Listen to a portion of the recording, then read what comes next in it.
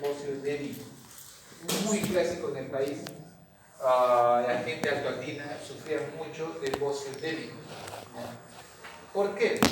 Porque básicamente el yodo era un mineral que se encuentra más que todo en las raíces de productos marinos. ¿Ya? Entonces la gente de la costa siempre comía productos marinos, pescado, y la gente altoandina no tenía el acceso a los productos marinos ya que no tienen mar. Aquí es de Bolivia.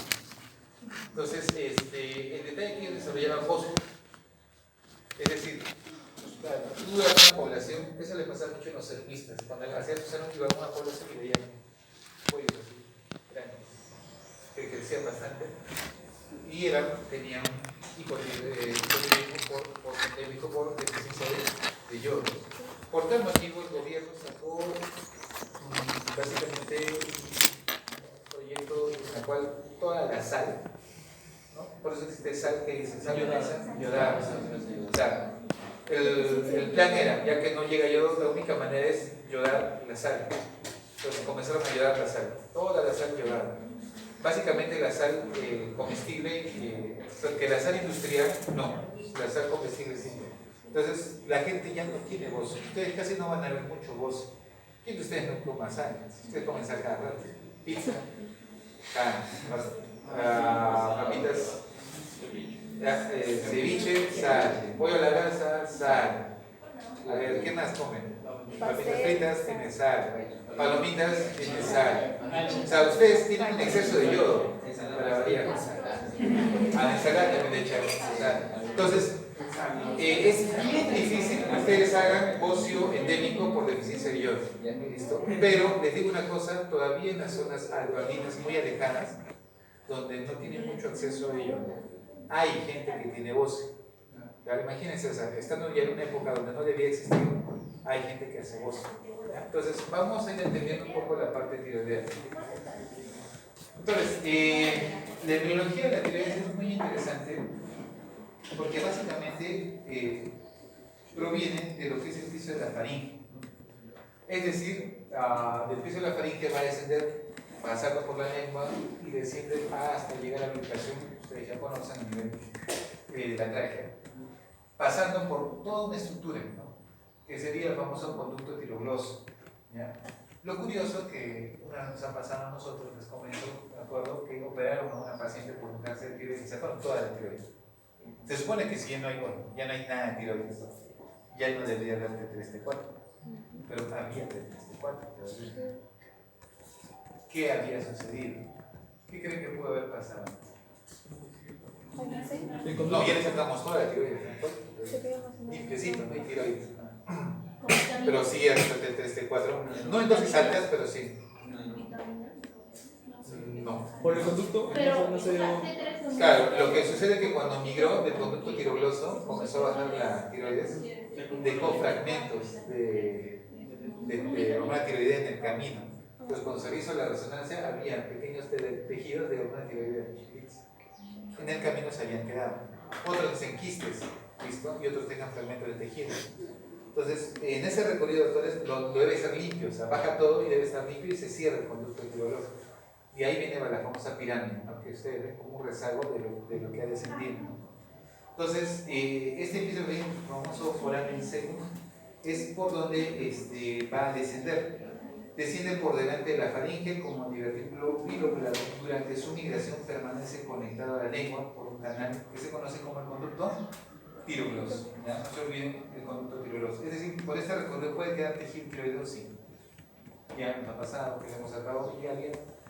Al final, la teoría dice que cuando ya un paciente hace cáncer de tiroides, probablemente esos fragmentos también van a hacer cáncer.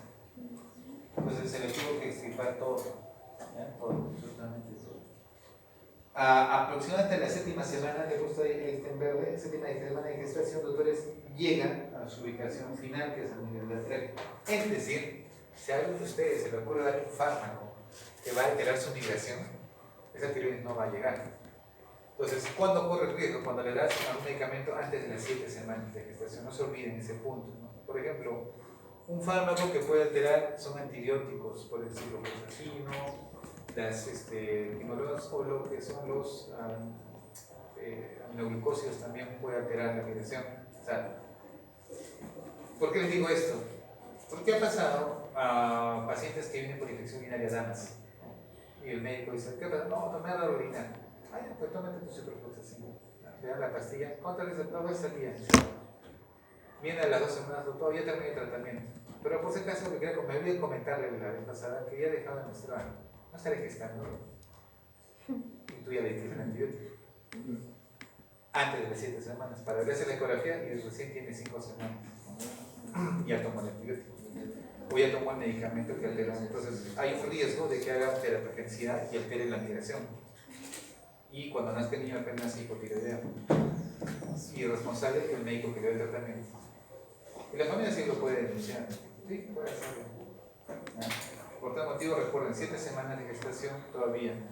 Consejo, procuren no dar ningún medicamento que altere antes del primer trimestre. Porque el primer trimestre es la formación del producto.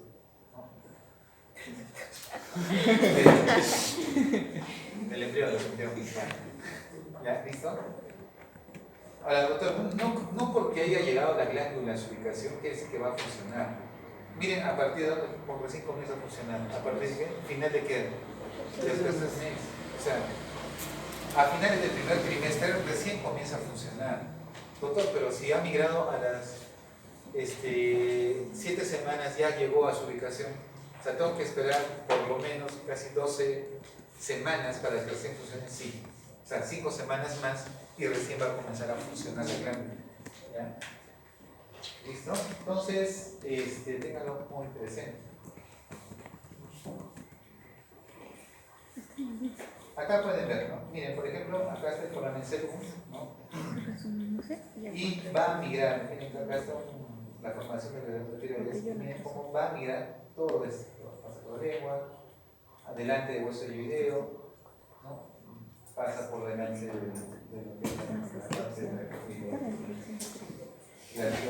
parte de la hincha, y observen cómo se ubica en donde el niño está ubicado. Y doctores, este es el trayecto donde puede quedarse tejido tiroideo, ¿ya? Puede pasar. O el otro que hagan quistes, ¿ya? Quistes, y eso le llaman los famosos quistes del conducto pirogloso. Quistes del conducto pirogloso. Es otra cosa que puede pasar. Muy bien, la glándula tiroides aproximadamente mide 4 por 2 centímetros, más o menos, bastante, muy delgado la parte, ¿qué les digo? Antero-posterior. ¿Cuánto es lo mayor? Ecográficamente no más de 20 milímetros, o 2 centímetros. Entonces, básicamente, doctores, la ubicación es el segundo y el tercer anillo traqueal. Acá quiero resaltar algo bien interesante. Algún día, espero que no les pase a ustedes, pero van a tener que actuar, que van a ir a comer con su familia, no sé, un pollo a la brasa, chicharrón de pollo, pescado, no sé, una cevichería, y de repente están ustedes comiendo feliz con su familia y una gente grita al costado: se está ahogando, por un huesito que se quedó ahí. Dos cosas van a hacer ustedes: o se tapan, o dicen, no, yo soy de medicina, yo ya voy a ser médico, yo tengo ya más o menos conocimiento, yo sé primero los auxilios, y vas. ¿Qué actitud van a asumir? Sí, lo que hacen golpes. No, o sea, ¿qué les digo a ustedes? No, o sea, pónganse a pensar lo que les digo. O sea, a ver, doctores, ustedes están ahí sentados con su familia y ven que una persona se está ahogando. Dos cosas van a hacer. O sea, no van a dejar mentir. O se van a esconder, como diciendo, bueno, alguien aparecerá. O ustedes se levantan y van corriendo y van a tratar de ayudar. Pregunta, ¿qué actitud asumirían? No me den la respuesta, sino háganlo a ustedes mismos. Ahorita que estás Da miedo. Sí. En ese momento te da miedo, ¿sabes? Como que, y si hago mal, no estoy preparado. Pero de repente tú eres la única persona que puede ayudar en ese momento. ¿Me dejo entender? Entonces, esas primeras pinceladas de miedo, doctores, es bueno que lo sientan porque está diciendo que todavía necesitan agarrar confianza en muchas cosas. Es tiempo, no se olviden. El miedo para el médico es tiempo. El tiempo te va quitando el miedo que vas a tener. ¿Ya? Es que no se sientan mal si se paralizan o dicen, no, mejor me escondo. Les va a pasar, les ha pasado a muchos niños. Pero lo ideal es que ustedes ya dominen primeros auxilios.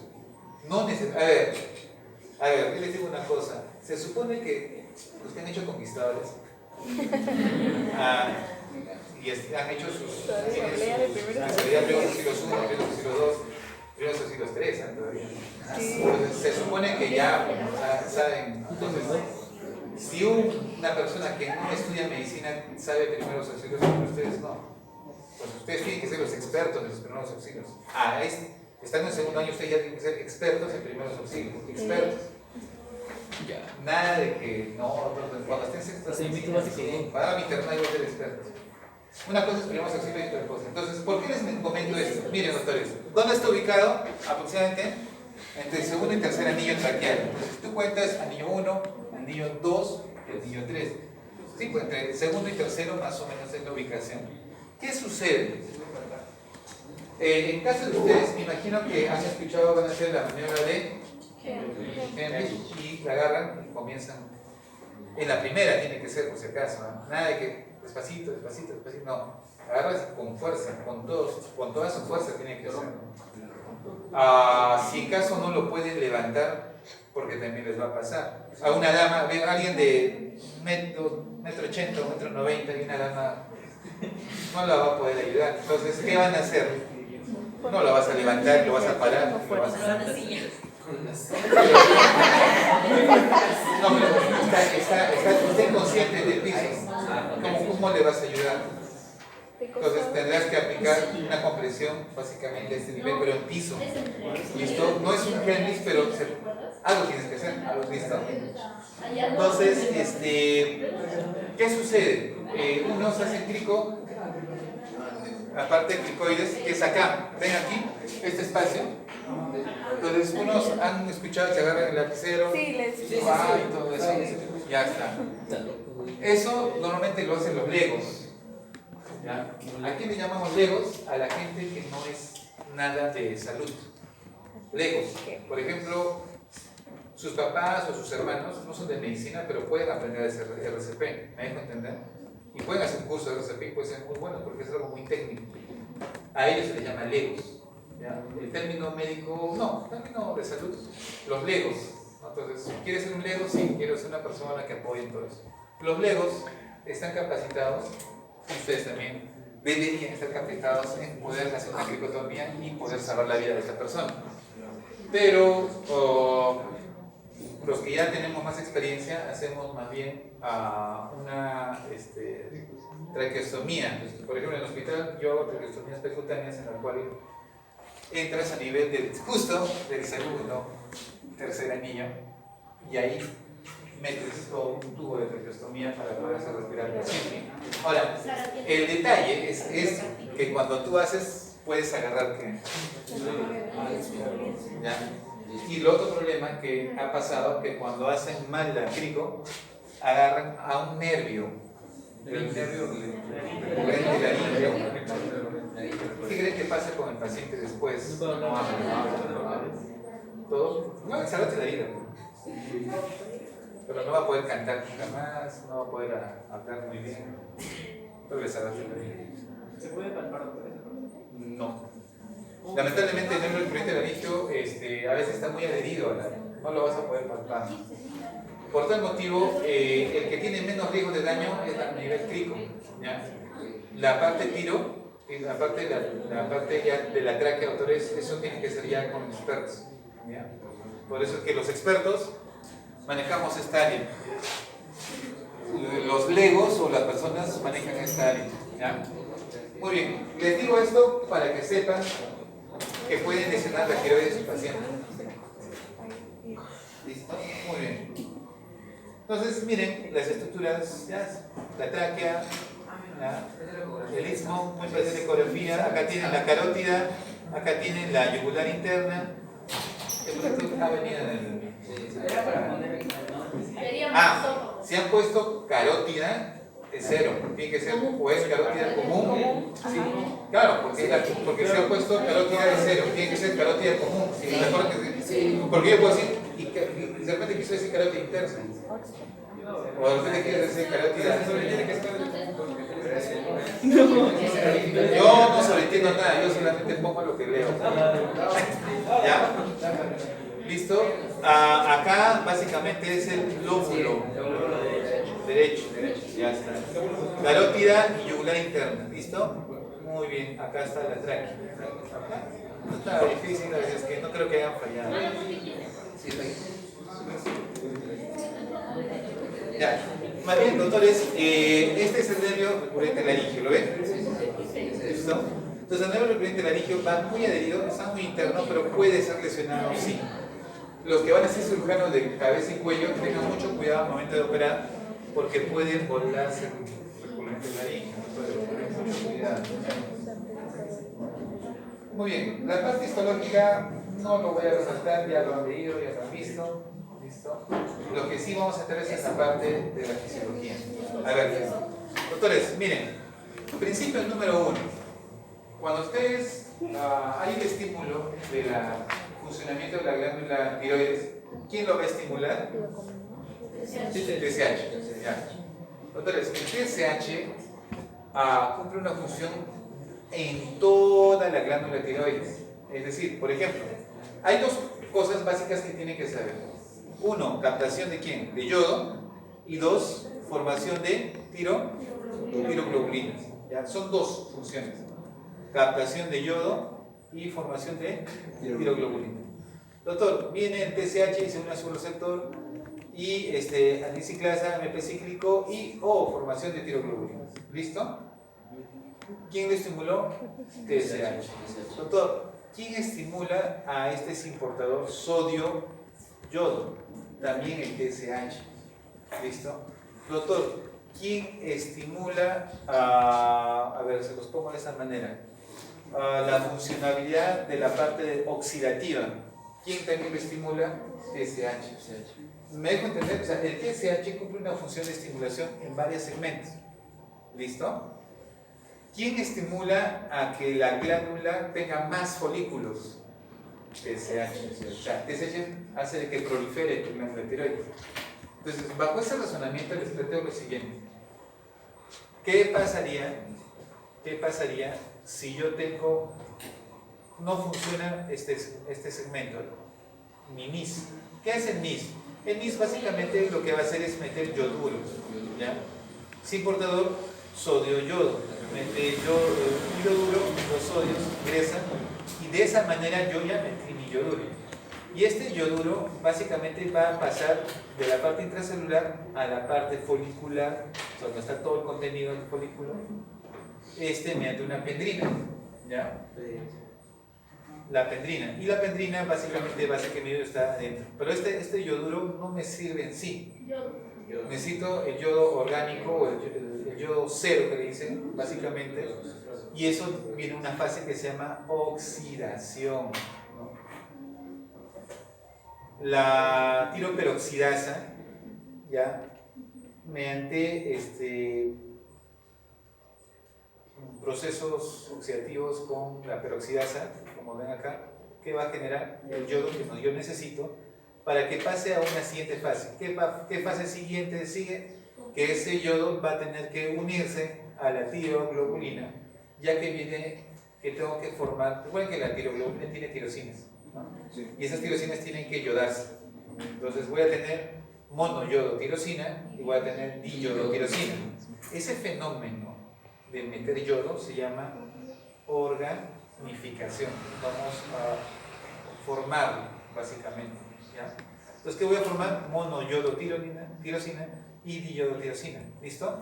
Ya tengo los dos precursores que están adheridos, básicamente. Muy bien.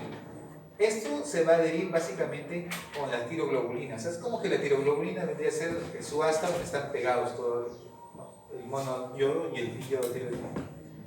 Una vez que ya se ha organificado, básicamente lo que yo voy a hacer es eliminarlos, pero en ese proceso de eliminar, yo voy a organizar. Esta es la organificación. Después de la organificación, voy a, ¿cómo se puede decir? Generar acoplamientos. ¿Qué es el acoplamiento? No se olviden, primero, ¿cómo es? Captación. ¿Listo? Después viene oxidación. Después viene organificación, monoyodo, tiroyodo, y viene acoplamiento. ¿Qué significa? Que yo voy a juntar o dos diyodotironina para formar T4, o voy a unir un mono con un di para formar un T3, ¿no? Entonces, eso se llama acoplamiento. Vamos a acoplarlos, ¿ya? Entonces, esta pregunta sí ha venido. Por ejemplo, un examen de ENAM que vino, ¿no? La organificación es la unión del diyodotironina con el monoyodotironina, ¿verdad o falso? No, falso. Falso. Eso es acoplamiento, ¿no? Entonces, una pregunta, ¿organización es lo mismo que conjugación? sí, podríamos catalogarlo igual, porque ese proceso, en otros libros lo mencionan así, ¿no? Pero yo le pondría más organificación, porque ese es más estándar. Casi todos los libros lo hacen. Por ejemplo, hay un libro que los que les va a gustar la endocrinología clínica, algunos van a ser endocrinólogos de repente, no lo sé. No. Puede ser. Ya, hay el libro, el famoso libro que es el Tratado de Endocrinología de Williams.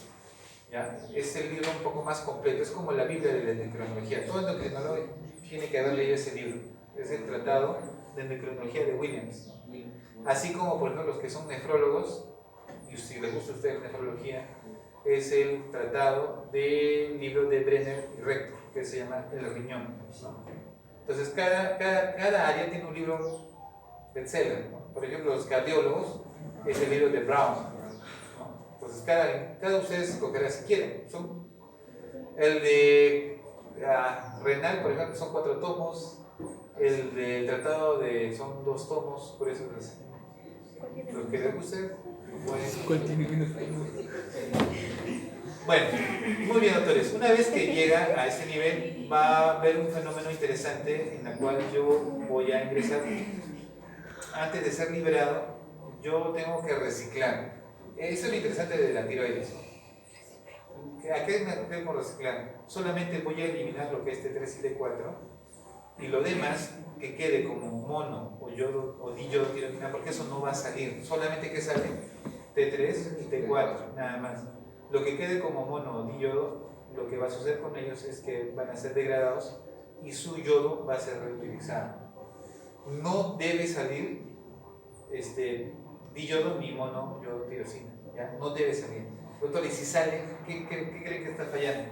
La parte lisosomal o la parte de selección de hormonas tiroideas, ¿ya?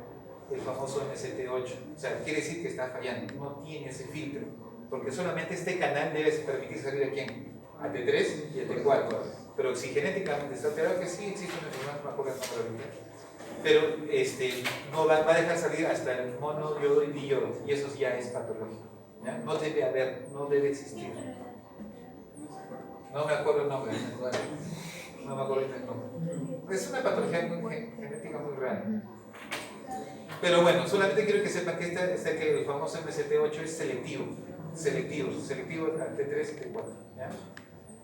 De esto que acaba de salir T3 y T4 va a torrente sanguíneo, y es lo que vamos a tener como forma realmente activa al T3 y T4 como su forma menos activa.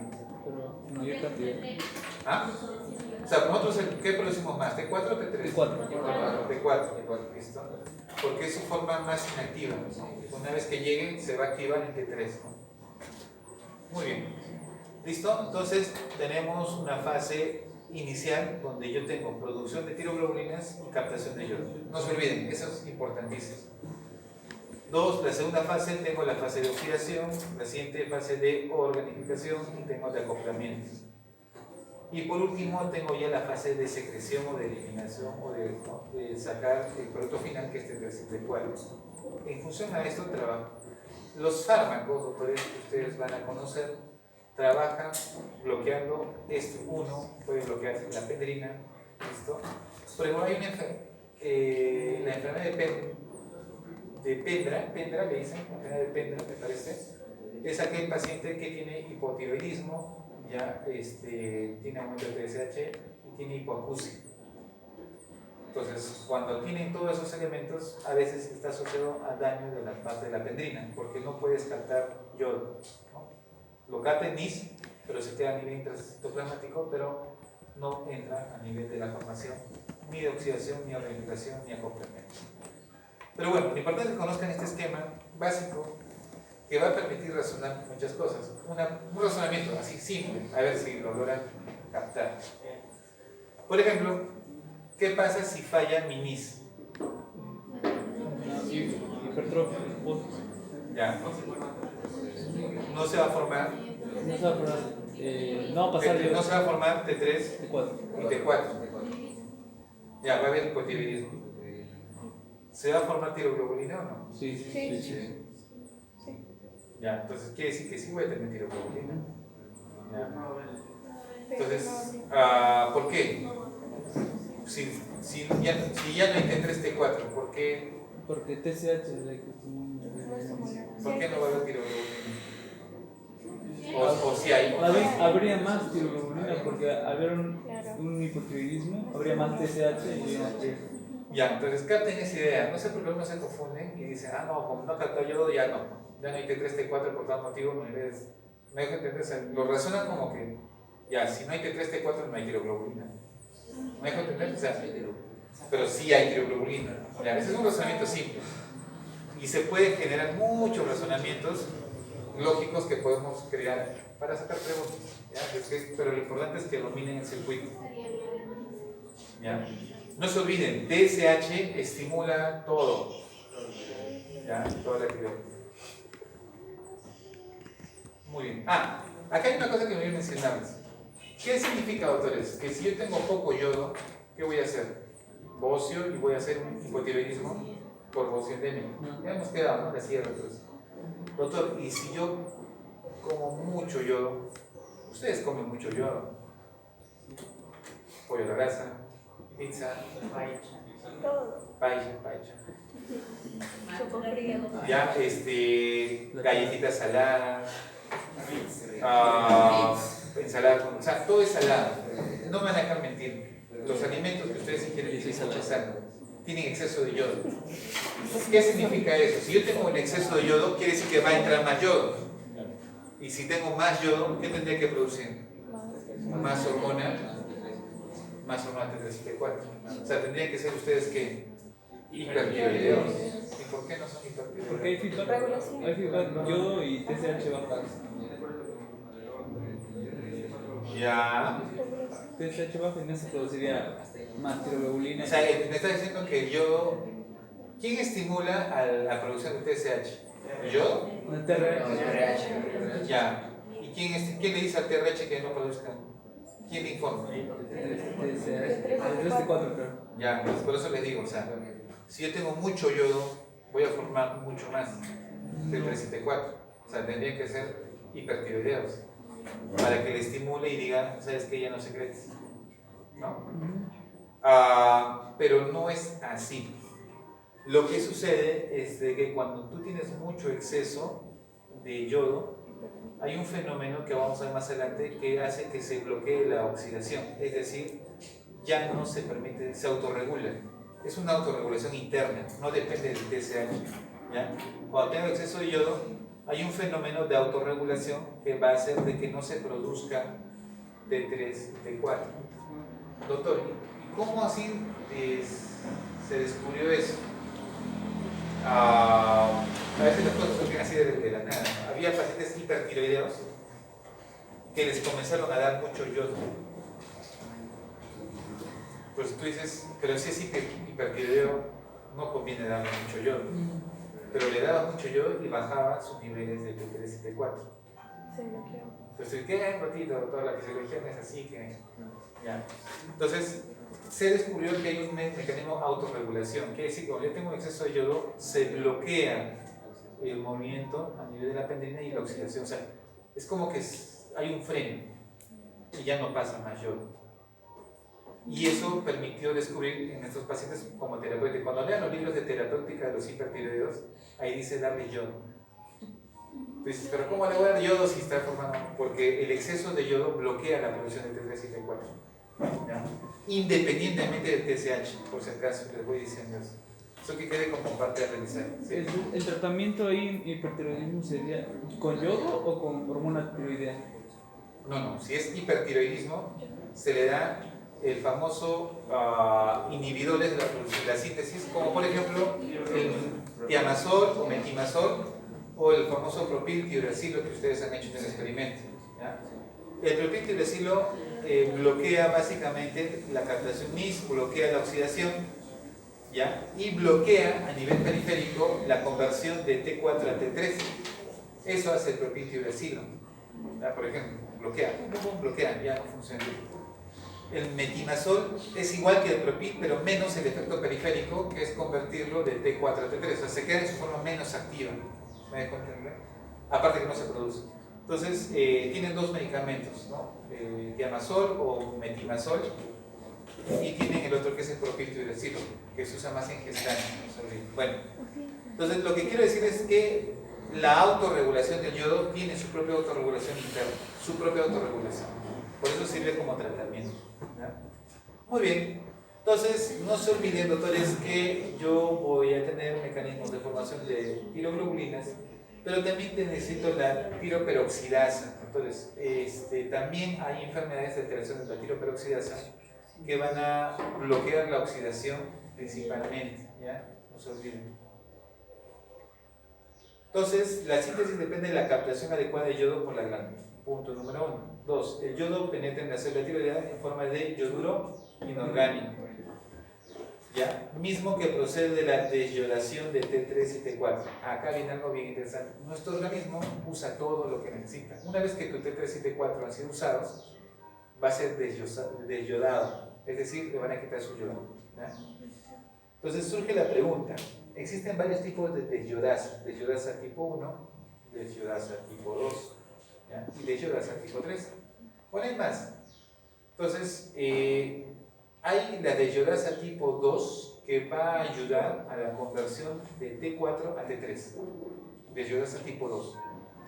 La desyodasa tipo 3 va a ayudar a la conversión de T4 a T3, pero va a formar una T3 que no sirve. ¿Tipo 3? Repito. Existe la desyodasa tipo 2. ¿Ya? ¿Qué hace la desyodasa tipo 2? A nivel periférico, recuerden, doctores, va a convertir T4 a T3. O sea, le va a quitar un yodo al T4 y ¿qué va a formarse? T3. Pero existe la desyodasa 3 que también le va a quitar un yodo al T4 y va a formar T3. Pero va a formar un T3 reversa, se llama. Ustedes van a ver en los libros que sale así. T3R o RT3. No sé si han leído en los libros. Ya, eso se llama T3 reversa. Por ejemplo, doctor, yo soy hipertiroideo, tengo mi mano está así. Doctor, ¿cómo está? ¿Es hipertiroideo? Ya, eres hipertiroideo, flaquito, piel delgadita, flaquito, ansioso.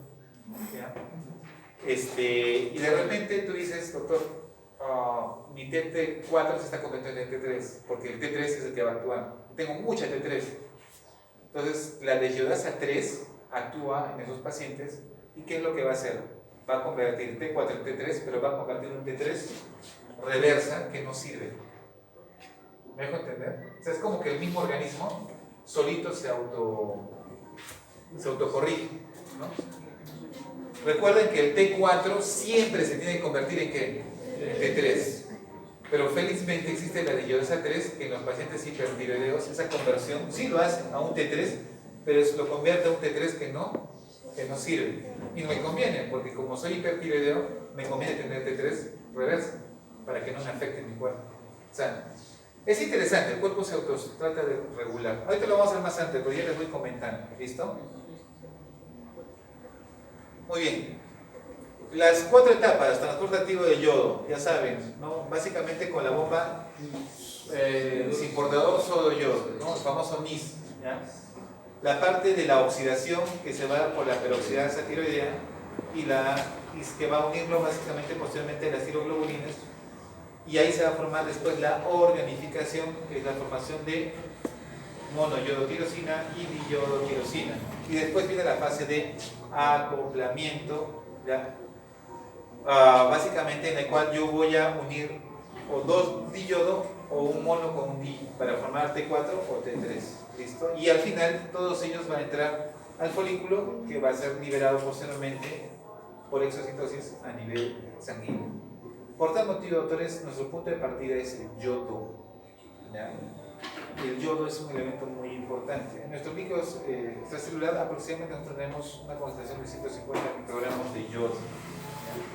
Pero nosotros diariamente más o menos consumimos 500 microgramos de yodo. Normalmente, ustedes consumen mucho más.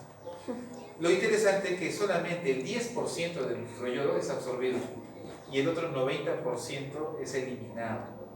¿Ya? ¿Y dónde lo eliminamos mucho más? Por la orina. ¿Ya? O sea, en pocas palabras, ustedes orinan yodo. ¿Ya? Son máquinas orinadoras de yodo. ¿Verdad? A ver, en la sierra, la gente antigua, para abonar la chacra, orinaban en la chacra. ¿Ya? Porque tiene urea, tiene yodo, tiene muchos minerales la orina y irrigaban las chacras con orina. Parece broma, pero así es. Entonces tienen elementos interesantes. Muy bien. De este pool, dense cuenta que se encuentra 150 microgramos. Adivinen cuánta es la cantidad de yodo que tiene la tiroides. 8000 microgramos de yodo. O sea, la tiroides es la que concentra la mayor cantidad de yodo. O sea, y a nivel periférico, o sea, tu T3 y T4 equivale más o menos a 600 microgramos como hormona. ¿Ya? Lo que les digo acá es el yodo libre. Acá es el yodo que está adherido a la hormona T3 y T4. Y acá básicamente es toda la fábrica productora de yodo. Entonces miren la cantidad de yodo, ¿no? Y las hormonas no se quedan atrás. ¿Listo? Entonces, si se dan cuenta, los lugares donde tengo mayor cantidad de yodo es tiroides, periférico también tengo yodo. Y a nivel extracelular es muy escaso, no es mucho, pero es el balance más o menos de requerimiento. ¿No? Por tal motivo, doctores, no se olviden, la tiroides es la única glándula que depende de un micronutriente llamado yodo. No le das yodo a la tiroides, no funciona. Punto. ¿Ya? Bueno, ya hemos visto la forma de cómo lo capta, cómo lo va a generar, ¿no? Básicamente, a un aumento de la depuración de yodo inorgánico circulante como yoduro. La secreción preferencial es mediante el T3, ¿ya? Y normalmente hay una forma de conversión. Por ejemplo, el hecho de que tú conviertas de T4 a T3 ya estás eliminando un yodo, ¿me dejo entender? Y lo estás volviendo un yodo libre que circula por la sangre. ¿Ya? Al momento de degradar al T3 también estamos quitándole 3 yodos y esos 3 yodos también van a entrar a la torrente sanguínea. El cuerpo va a reciclar. ¿Cuánto requerimos nosotros de yodo aproximadamente? Entre 0 a 7 años, 90 microgramos. Entre 7 a 12 años, 120 microgramos. En personas adultas como ustedes, 150 microgramos, pero en gestantes tenemos que darle mucho más yodo. ¿Ya? No se olviden eso. Las gestantes tienen que tener alimentos ricos en yodo.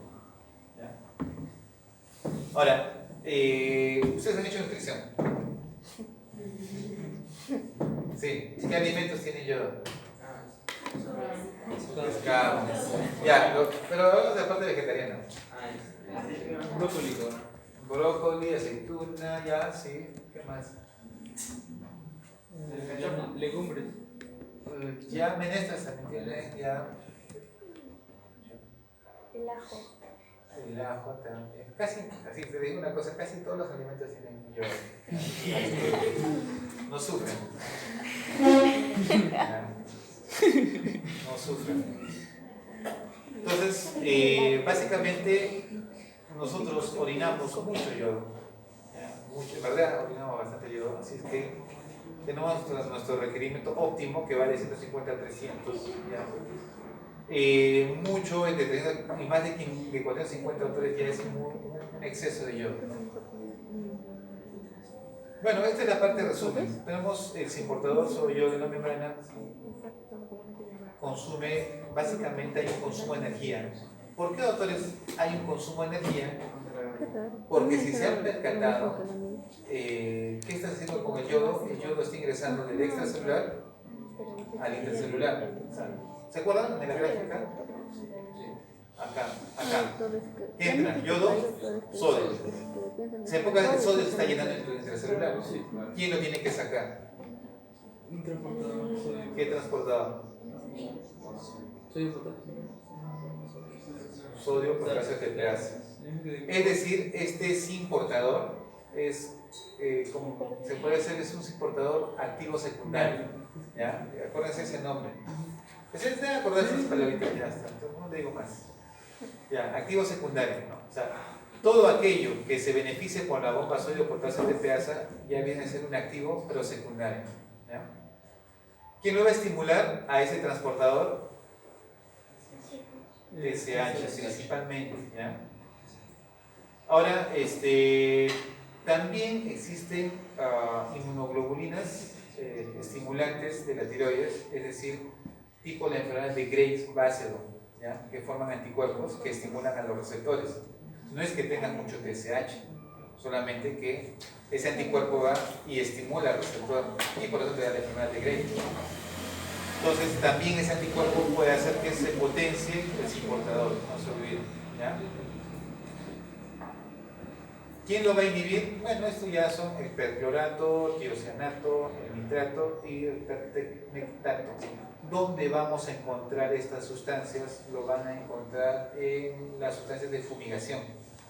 Hay personas que sufren de hipotiroidismo por intoxicación crónica en sus trabajos. Hay gente que fumiga y viene doctor, ¿qué pasaba? ¿Contra de peso? ¿Me estoy cansada? A ver, y tienen hipotiroidismo justamente porque ha habido una inhibición en la captación de yodo. ¿Ya? Tienen percloratos, tiocianatos, nitratos y pertecnetato o pertecnenato. ¿Ya? No se olviden, esto lo van, cuando ustedes les ven a un paciente por intoxicación, van a encontrar unas palabritas aquí, ¿no? Entonces, ¿cuánto tiempo? Yo ya trabajo 6 meses. Puede ser que esté causando un hipotiroidismo por intoxicación. Listo, no se olviden ese portador que depende de esta bombita sodio potasio ATPasa, consume energía para sacar el sodio para que se vuelva a meter por gradiente, pero acá tengo que sacar contra su gradiente. ¿Ya? No se olviden, es un zinc portador, un cotransportador activo secundario. Ya está. ¿Quién va a inhibir todo este mecanismo? Clorhídrico uracilo. ¿Ya? Es un fármaco que va a inhibir la captación de yodo. ¿Ya? La captación de yodo. Igual que lo del perclorato y que de la misma manera inhibe. Claro. Solamente que esto de acá no solamente va a inhibir, esto también son tóxicos. En este caso es algo muy específico que va a inhibir el zinc-portador y también la tiroperoxidasa también lo va a inhibir. ¿Cómo se llama? Propiltiuracilo. Y también el famoso metimazol o tiamazol también. Ambos son los que van a actuar a ese nivel. ¿Ya? ¿Quién estimula a la tiroperoxidasa? ¿Quién lo va a estimular? Básicamente la tiroperoxidasa se va a tener dentro del plasmático rugoso, va a aclararse la oxidación de yodo, va a incorporar el yodo a los residuos de tirosina de la tiroglobulina y también va a ayudar la tiroperoxidasa en el acoplamiento. ¿Ya? Es como un pegamento, ¿no? Yo lo considero el TPO como el pegamento. ¿Ya? La tiroglobulina básicamente es una molécula de almacén, ¿ya? Pero en la sangre también existe tiroglobulina, que es la que va a transportar al T3 y al T4. ¿Se acuerdan que les dije que tenía una hormona transportadora? También es un tipo de tiroglobulina, ¿ya? Pero es periférico, ¿ya? O una globulina transportada de algunas tiroides, algo así. ¿Listo? Bueno, no hay mucho que les pueda decir, esto ya lo han visto. La iodinación de las tiroglobulinas, básicamente por la parte de la oxidación, ¿ya? Por la peroxidasa. ¿Quién estimula la iodación de la tiroglobulina? TSH. ¿Listo? No se olviden. Y el acoplamiento, ¿quién va a estimular el acoplamiento? TSH. ¿Ya? No se olviden, TSH. ¿Listo? ¿Quién estimula la proteólisis de las tiroglobulinas y la secreción normal tiroides? O sea, ya vamos a romper y vamos a separar TSH. O sea, lo que quiero que entiendan es que la TSH actúa en todo. ¿Ya? ¿Por qué lo voy a repetir? Porque ahí pueden salir preguntas. Doctor, ¿con proteólisis se refiere a romper la tiroglobulina ya formada? Es que recuerda que la tiroglobulina, o sea, la tiroglobulina es esto. La tiroglobulina tiene tirosinas, ¿listo? Tirosinas. Y cada tirosina, por ejemplo, si tiene un solo yodo, ¿no? Sería un monoyodo de tirosina. Si se agregan dos yodos a sus tirosinas, yodo acá y yodo acá, ¿no? Ya tengo un diyodo de tirosina. Pero todos están adheridas ¿a quién? A la tiroglobulina. La tiroglobulina es esta. Estas son las tirosinas. Entonces llega un momento tengo que separarlos, ¿no? Y tienen que liberarse de la tiroglobulina. A eso se llama la famosa proteólisis. ¿Ya? Listo. ¿Qué va a inhibir la proteólisis? El exceso de yodo y también litio. Por tal motivo, litio, ¿se acuerdan litio? ¿Qué suena el litio? El litio es un medicamento que se usa mucho para los que tienen trastornos bipolares. Aquellos que están medio locos, después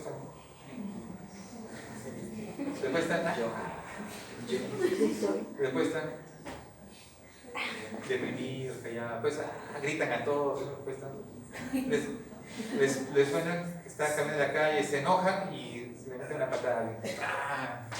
¿Les acuerdan alguien? Sí. ¿Ya? Entonces, las personas con trastornos bipolares son así, son explosivos, pero también son reflexivos. O sea, dependiendo de la emoción que sienten en el momento van a actuar. ¿Listo? Se les da litio, doctores. Por tal motivo, ¿cuál es el riesgo de darles litio? ¿Qué puede producir? Disminución de la eliminación de T3 y T4, por tal motivo pueden hacer hipotiroidismo. ¿Ya? No se olviden. ¿Sería eliminación o producción? Porque ahí cortar. No, pues que si tú no logras cortar, si no logras cortar, no lo liberas de la tiroglobulina, ¿cómo van a salir? ¿Ya? Muy bien. Su transporte y metabolismo, doctores, el 80% es T4 y 20% es T3. ¿Ya? Me conviene porque el T4 va a tener más tiempo de vida media, va a estar más tiempo en mi sangre y eso me conviene. La 5 monodesyodación del T4, hay 3 zonas donde se va a yodar la tirosina. En su anillo de tirosina es en el carbono 3 y en el carbono 5. ¿Ya? El primero en ser desyodado normalmente es el 5. ¿Ya? Por tal motivo se convierte de T3 a T4 en la sangre. ¿Listo? Perdón, de T4 a T3. ¿Ya? Y básicamente recuerden que la potencia es mucho más potente el T3 que el T4. ¿Ya? El T3 y el T4 se unen ¿a quién? A una globulina fijadora de la hormona tiroidea. ¿No? Que vendría a ser una tiroglobulina. Es casi la misma estructura similar, solamente que la tiroglobulina está en el folículo y la hormona fijadora de globulina, fijadora de la hormona tiroidea, el famoso TBG, está básicamente ubicada en el periférico. ¿Ya? Casi la mayoría, el 80% de todo está adherido a proteína transportadora, pero un 20% está libre, ¿no? Pero una cantidad muy pequeña va a estar activa. ¿Listo? La vida media, ¿cuánto tiempo dura el T4 en tu sangre? Una semana. ¿Ya? ¿Cuánto tiempo dura tu T3? 1 a 3 días. Entonces, te conviene que esté como T4 para que dure. ¿Listo? ¿Listo? El fenómeno se llama desyodación. Y después, al final, una vez que hemos desyodado a mi T3, T4, va a ir a la otra vía de la conjunción del hígado para después ser eliminado a nivel de la bilis. Es decir, tú estás eliminando tus hormonas tiroideas en las heces, básicamente. La desyodación intratiroidea. Ya está. Miren, hemos dicho que el yodo se ubica a nivel de los carbonos 3 y 5 del anillo tiroideo de la tirosina, y básicamente la desyodación se va a esos niveles, o hace a nivel del 3, o a nivel del 3 o del 5, y de esa manera esta desyodación intratiroidea, doctores, se va a dar principalmente solamente al monoyodotirosina y al diyodotirosina, porque necesito desyodarlo para que aprovechar el yodo y sea reusado, ¿se acuerdan? ¿No? Pero no va a actuar a nivel de T4 y T3. porque no me conviene destruirlo. Tanto me ha costado trabajo formarlo que no lo tengo. Pero solamente es directamente a mono y diyodiotirosina, ¿ya? Y bueno, lo que se libera es utilizado. A nivel periférico voy a usar, ahora sí, la famosa desyodasa tipo 1, ¿ya? Es la principal, desyodasa tipo 1. Es la que va a, básicamente, la desyodasa tipo 1, que es periférica, es la que es la que en mayor cantidad va a convertir T4 a T3 de forma fisiológica. No se olviden, la de mayor cantidad. ¿Listo? También va a actuar a nivel hipertiroideo, pero también periférico. No se olviden, D1. ¿Listo? D1. Ahora viene una cosa bien interesante que quiero que entiendan. Fisiológicamente tu D1 es el que está actuando ahorita. Ustedes. Doctor, ¿y si yo fuese hipotiroideo? Hipotiroideo. Ya, yo soy hipotiroideo. ¿Ya? Yo soy hipotiroideo. ¿Qué tengo? Tengo poco, bajo T3 y tengo bajo T4. ¿Listo? ¿Qué me conviene a mí? Yo necesito, como soy hipotiroideo, tengo que convertir en mayor cantidad todo mi T4 para que mi T3 por lo menos trate de llegar a lo normal. ¿Me dejo entender? O sea, voy a desaparecer casi todo mi T4. Normalmente quien se encargaba de esa función, ¿quién era? Desyodasa 1, fisiológicamente. Pero cuando estamos en un hipotiroidismo, ¿quién creen que va a actuar ahí? La 2. Más la 2, porque me conviene que la 2 potencie este efecto y me convierta a T3. Vamos al hipertiroidismo, ahora sí me van a entender mejor. En el hipertiroidismo, básicamente yo tengo mucho T3 y tengo mucho T4. ¿Me dejo entender? Yo sí tengo que seguir convirtiendo porque no me conviene que se me acumule mucho T4. Entonces voy a convertirlo a T3, pero voy a convertirlo a un T3 reversa que no sirve. ¿Me dejo entender? ¿Y quién actúa ahí? Desyodasa 3. Entonces quiere decir que la desyodasa 2 me ayudará más en el hipotiroidismo y la desyodasa de 3 me va a ayudar más en el hipertiroidismo. ¿Pero quién es el principal? De 1. De 1. ¿Ya? Muy bien. Entonces tenemos varios tipos de desyodasas. Al final, doctores, el objetivo es básicamente degradar. Miren, monoyodo, diyodo, puedo formar mi tetrayodotirosina que juntaba dos diyodos, básicamente. Y de ahí lo puedo convertir T4 en T3 o lo puedo convertir en T3 reversa. ¿Listo? Tengo dos opciones. Alta actividad biológica, baja actividad biológica. O sea, no me sirve mucho, ¿no? Me conviene si soy hipertiroideo para no seguir dañándome mucho. ¿Listo? No se olviden, T3 reversa. Listo. Entonces, miren, mi tetrayodotirosina se puede convertir en T3, sí. Mi D1 lo convierte. Mi D2 también. En este caso, también mi D1 va a seguir actuando porque mi D1 no va a desaparecer. ¿Me dejo entender? Pero ¿quién va a tratar de evitar que se forme mucho T3? El D3. ¿Ya? Entonces ahora sí me entendré este gráfico. D1 sí va a convertir T4 a T3. D2 también va a convertir T4 a T3. Pero en este caso D1 va a convertir normalmente a T3 reversa hasta cierto punto, pero el principal, ¿quién es?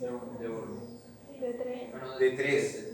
Para reversa, autores, el principal es D3. Ya les he puesto acá. ¿Ya? ¿Listo? Muy bien. Y al final, estos que ya forman estos T3, tengo que quitarles y desyodarlos para formar básicamente otra estructura y bueno, y ser eliminados. Entonces, no se olviden, doctores.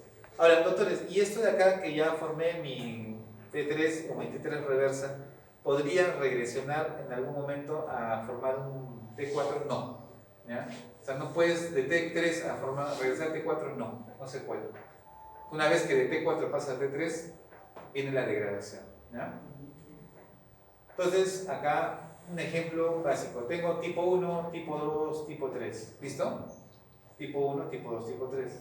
Por ejemplo, el tipo 1, básicamente, y el tipo 2. El tipo 2, ¿dónde va a actuar más? ¿Hemos dicho? Tipo 2. Hipotiroidismo. ¿No? ¿Listo? O sea, quiere decir que este desyodasa va a aumentar cuando tengo hipotiroidismo. ¿Y qué va a pasar con el tipo 3? Va a aumentar, este T3 va a aumentar cuando tengo un hipertiroidismo, básicamente. Y bueno, al final ustedes saben que la hormona tiroidea T3 va a llegar a cualquier tejido y es el que principalmente va a ingresar y se va a unir a su receptor a nivel nuclear, ¿ya? Para cambiar la estructura de las proteínas o la estructura celular en general, que lo haga más grande o que active un proceso fisiológico hormonal, ¿no? O sea, va a hacer que se caiga toda una contracción en esa célula. ¿Listo? Y la síntesis de las proteínas respectivas. Entonces, existen dos tipos de receptores, uno alfa y uno beta. El alfa normalmente está asociado a crecimiento, maduración ósea, desarrollo de células B, desarrollo intestinal, ritmo cardíaco basal y metabolismo de la glucosa. Principalmente, el beta está asociado a la función auditiva, desarrollo de los conos, estimulación cardíaca por T3 y metabolismo del colesterol.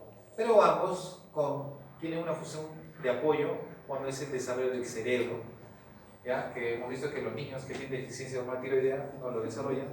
Diferenciación de oligodendroglías a nivel de lo que es el sistema nervioso, producción de hormona de crecimiento, ¿ya? También la hormona tiroidea va a estimular ello, producción de TSH y control de la temperatura corporal, ¿no? Entonces, todas estas funcionalidades cumplen la hormona tiroidea. Observen un niño que nace con deficiencia de hormona tiroidea. Hemos dicho que en el intraútero, así tenga deficiencia de hormona tiroidea, el niño va a crecer normal porque la hormona de crecimiento es el que produce. Pero una vez que nació, la deficiencia de hormona tiroidea va a jugar un papel caótico si no lo detectamos o no le damos suplemento. Y se forman los niños cretinos. Este es el cretinismo, doctores. Acá precisamente debe tener unos 3, 4 años, a 5 años. No más, todavía debe tener 8 años por lo menos. ¿Ya? No crecen. Se quedan chingue el pelo, crece desordenado, la mirada, las manos, la barbillita, crece como así, una pancita así, ¿no? Bien gorditos, aparentemente. Entonces, tienen retraso mental, ¿listo? Pelo ralo o pajizo, dice como paja, ¿no? Edema palpebral, ¿ven cómo sus párpados están medio demasiados? Sí. Macroglosia, lengua grande, ¿listo? Hay hiperpigmentación, ¿ya? Van a ver cómo su piel se pone más oscura, ¿listo? Hay, como le llamamos, hipotonía digestiva, es decir, no hay buen tránsito intestinal y se llena de gases rápidamente, se estrillen muy rápidamente y por tal motivo tienen este abdomen lleno de gases, lleno de heces, ¿no? Y tienen una alteración ósea, ¿ya? ¿Por qué? Porque de otro modo no hay un buen crecimiento óseo. Se quedan chiquititos, ¿ya? A esto le llamamos los famosos niños. Ya no debería haber un niño cretino, ¿ya? Porque se supone que ustedes como médicos, al momento que nace un niño, ya pueden detectarlo. Observan, analizan, le mandan a hacer pruebas y sospechan.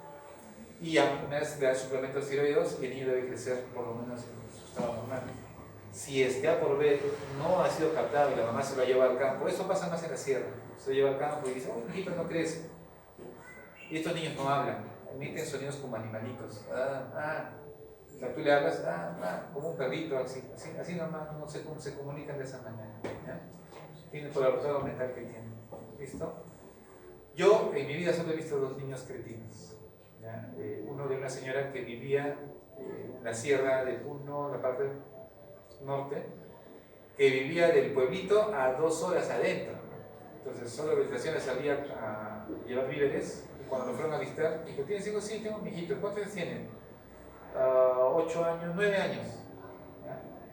Y el niño, como un animalito, estaba ahí en el cuarto. Cuando son los estudios, lo trajeron acá al hospital 2 de mayo. Era un niño cretino. Nadie le dijo a la mamá lo crió como pudo criarlo. No deja entender, o sea, el desconocimiento piensa que no, el niño ha nacido así, enfermito. Pero si la mamá hubiese tenido apoyo, le hubiese dado suplemento, ese niño hubiese crecido normal.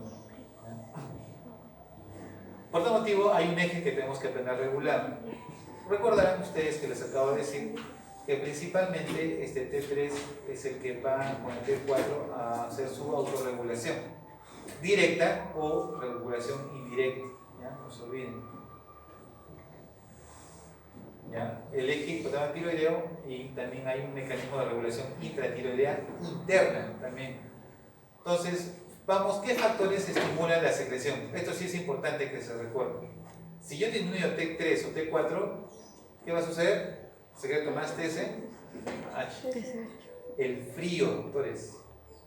El frío, cuando se están temblando, también estimula la secreción de más hormona tiroidea, TRH, ¿ya? No se olviden. Por eso cuando ustedes van a lugares fríos, ustedes están temblando y su organismo emite más calor. Su hormona tiroidea funciona más para hacer mayor tu metabolismo y produzcas más calor. Necesitas producir calor. ¿Listo? Estimulación alfa-adrenérgica. ¿Y quién también? Arginina, vasopresina. ¿Ya? Entonces no se olviden, todos ellos estimulan la síntesis y secreción de TRH. ¿Quiénes lo inhiben? Cuando tengo mucho T3, T4, por lógica, ya no voy a hacer. Y bloqueadores alfa-adrenérgicos. ¿Ya? Bloqueadores alfa-adrenérgicos. Con nada fármaco, ¿no? Todavía no. Todavía. Básicamente viene mi TRH como anfetenas G, que ya se ya conoce, polipasacil, inositol, diacilglicerol, y básicamente lo que yo voy a lograr acá es mi eliminación de calcio o captación de calcio o la liberación de retículo suprarrenal y, como todo mecanismo de proteínas G con calcio, exocitosis, la liberación de TSH, ¿no? Ahora, ¿qué estimula el TSH? El TRH igual T3, T4, disminución de la tipo 2. O sea, quiere decir que si yo bajo mis niveles de D2, también va a estimular a la secreción TSH, por si acaso. Los estrógenos, ¿ya? Los estrógenos tienen una cierta... ¿qué les puedo decir? Cuando los niveles de estrógeno en la mujer se elevan en la época de gestación, ¿ya? Con niveles muy altos, van a estimular al TRH. Por tal motivo, la paciente va a aumentar su tasa metabólica, ¿ya? Aumenta un poquito sus niveles de T3, T4. Es como un hipertiroidismo más o menos, pero se regula al final, ¿no? Se autorregula. Inhibición de la secreción de TSH, aumento de la dioxinasa tipo 2 o la somatostatina, dopamina, glucocorticoides y enfermedad crónica o agudas y la conversión de T4 a T3. Ahora, esta palabrita corticoides, grábenselo muy bien, porque ustedes pueden alterar la función tiroidea. Es decir, si ustedes le dan mucho corticoide a un paciente, aparte que le van a hacer Cushing, lo van a volver hipotiroidea. Los corticoides se vuelven hipotiroidea. Entonces, ¿por qué un niño no crece? Porque básicamente le estás dando corticoides o estás haciendo que su osificación sea más rápida. Las acciones creo que ustedes ya los han conocido. Básicamente TSH es al final la síntesis de T3-T4. Ya, vamos a avanzar, no va en el tiempo. Básicamente la actividad es más que todo lisosomal para la secreción de T4 a T3. Muy bien, ahora, factores que controlan la síntesis y secreción de hormonas tiroideas. TSH, anticuerpos estimuladores de los receptores de TSH. ¿De quién estamos hablando acá? ¿Qué enfermedad? Un mes. Graves. Graves, ya está. Inhibitorios, anticuerpos bloqueadores del receptor. Exceso de yodo. ¿Qué? ¿Exceso de yodo puede inhibir? Sí, ya les he dicho. Litio, también. ¿Ya? Autorregulación tiroidea. ¿Listo? Deficiencia de yodo. Doctores, acá viene un fenómeno bien interesante que hace. Cuando tengo poco yodo, la tiroides dice, un ratito, si yo voy a producir T4 para que se convierta después en T3, es como que tengo que fabricar T4. O sea, le tengo que dar un yodo al T4. Y el T4 tiene que volverse a desyodar para formar T3. Es como que gasto energía. ¿Me dejo entender? Entonces, la tiroides dice, si tengo poco yodo, ¿por qué no soy más eficaz en el resultado? Y produzco solamente T3. ¿Para qué formo un T4 si al final necesito T3? ¿Me dejo entender? Entonces, uno de los fenómenos que van a ver ustedes cuando haya deficiencia de yodo es de que los niveles de T3 libre van a aumentar más que los T4. ¿Ya? ¿Por qué? Porque quiero efectivizar la funcionalidad de su T3, ¿ya? Para no gastar energía formando T4, que al final no lo va a usar. ¿Listo? ¿Ah? La misma tiroides. Por ausencia de yodo. Por ausencia de yodo. O sea, cuando hay deficiencia de yodo, doctores, la tiroides va a efectivizar la producción de sus hormonas tiroideas. Y lo más eficaz y lo más sensato creo que es formar ¿qué? T3, ¿no? Muy bien. Exceso de yodo, va a haber inhibición de la captación de yodo. ¿Ya? No va a haber. ¿Cómo se llama ese fenómeno? El efecto de Worf-Chaikov. El fenómeno de Worf-Chaikov le llaman el famoso fenómeno de escape del efecto inhibitorio del exceso de yodo. ¿Qué significa? Que voy a anular la captación de yodo. Este fenómeno de Worf-Chaikov es el fenómeno que les he dicho. A más yodo, disminuye la captación de yodo. Ya es como que su autorrealimentación. Nada que ver TSH, nada que ver PRH, nada que ver. Acá es algo interno. ¿Ya? Fenómeno de Worf-Chaikov. Listo. Por último, autores. Así se llama el proceso de regulación. Que lo descubrió, sí. Básicamente le llaman el efecto Worf-Chaikov, ¿no? Siempre ocurre, siempre actúa de la misma manera. Sí. ¿Ya? Este efecto de Worf-Chaikov es el fenómeno que se da fisiológicamente. Hay un fenómeno parecido a Worf-Chaikov que se da en patologías, pero eso ya lo vamos a ver después. Muy bien. Para finalizar, doctores, nuestra hormona tiroidea va a actuar a nivel general, cerebral, cardiovascular, digestivo, reproductor, respiratorio. Un ejemplo: aumento de la energía y consumo de oxígeno, aumenta tu metabolismo, aumento de la temperatura porque vas a producir más calor, ¿ya? ¿Listo? Básicamente va a potenciar el efecto metabólico de tu organismo, mejorando los canales, los transportadores, mejorando la producción de ciertas proteínas enzimáticas, ¿ya? Todo eso va a ser tu glándula tiroidea. A nivel cerebral, doctores, su sistema nervioso a nivel fetal va a desarrollarse, y a nivel de ustedes como personas va a hacer que su hormona tiroidea tengan buenos reflejos y tengan buena capacidad de retención. A nivel cardiovascular, doctores, va a incrementar la cantidad de captación de oxígeno por su corazón. ¿Listo? Va a aumentar la frecuencia cardíaca, la fuerza de contractilidad cardíaca. ¿Ya? A la parte respiratoria, mejor ventilación, ¿ya? Mayor volumen espirales, ¿ya? ¿Ah? ¿Más filtración? No tiene ese efecto a nivel, porque recuerda que ahí estamos hablando de efectos de broncodilatación y vasodilatación, que son efectos beta agonistas, ¿no? O efectos beta, básicamente, beta 2. Pero no, acá básicamente estamos hablando desde el punto de vista tejido. ¿Ya? Digestivo. Si conocen un abuelito que se estriñe mucho y ven que está sonriendo, está de peso, háganle un estudio tiroideo, puede ser una hipotiroidea. ¿Ya? Los ancianos hacen hipotiroidismo y se estriñen. ¿Listo? Se estriñen. No puede ir al baño y se estriñe cada rato. En la parte reproductiva también, doctores, no se olviden el adecuado funcionamiento de su aparato reproductor. Entonces, en conclusión, doctores, ustedes tienen dos fenómenos, dos enfermedades. O tienen un hipertiroidismo o tienen un hipotiroidismo. Miren el hipertiroidismo. Esta es la característica de un hipertiroideo. Ojos saltones, como si los ojos estuviesen saliendo. ¿Ya? Piel delgada y características muy finas. ¿Listo? Bocio, muchas veces asociado a bocio. ¿Ya?